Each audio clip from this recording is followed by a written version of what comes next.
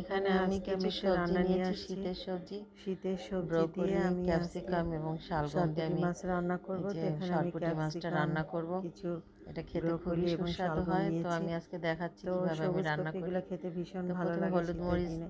লবণ তো দিয়ে আমি আমি এটা ভাবলাম মেখে মাছ দিয়ে একটু একটু তেলে লাল লাল করে ভেজে নিব। মাখা মাখা করে রান্না তো করি। মাখানো হয়ে গিয়েছে। তো এর জন্য মাছগুলো আমি হলুদ মরিচ লবণ দিয়ে মেখে সুন্দর করে একটা কড়াইতে তেল গরম করে একটু লাল লাল করে ভেজে নিলাম। এরপর আমি ওই একই তেলের ভিতরে পেঁয়াজ রসুন কুচি কিছু কাঁচামরিচ এটা দিয়ে আমি সুন্দর করে একটু ভেজে নিয়েছি। এরপর একটু 1 চামচ আদা রসুনের পেস্ট দিলাম, 1 চামচ হলুদ মরিচের গুঁড়া এবং সব কিছু দিয়ে এবং লাস্টে একটু জিরার গুঁড়াও দিয়েছি, দিয়ে মশলাটা সুন্দর মতো কষিয়ে নিলাম। নিয়ে এরপর আমি সবজিগুলো দিয়ে দিলাম। এটা আমি সুন্দর করে নাড়াচাড়া করে এটা ভালো মতো কষিয়ে নিব।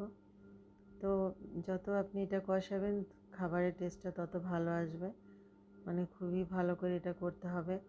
এই তো দেখেন কালারটা কেমন আস্তে আস্তে চেঞ্জ হয়ে তারপরে আমি এরপর একটু ঝোলের পানি দিয়ে দিলাম, দিয়ে এরপর উপর থেকে আমি মাছগুলো সুন্দর করে বসিয়ে দিলাম।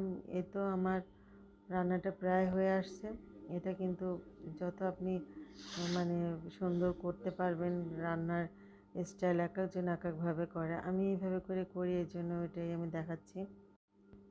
তো আমার রান্নার স্টাইলটা সবার সাথে মিলে কিনা জানি না, আমি আমার মতো করে করলাম।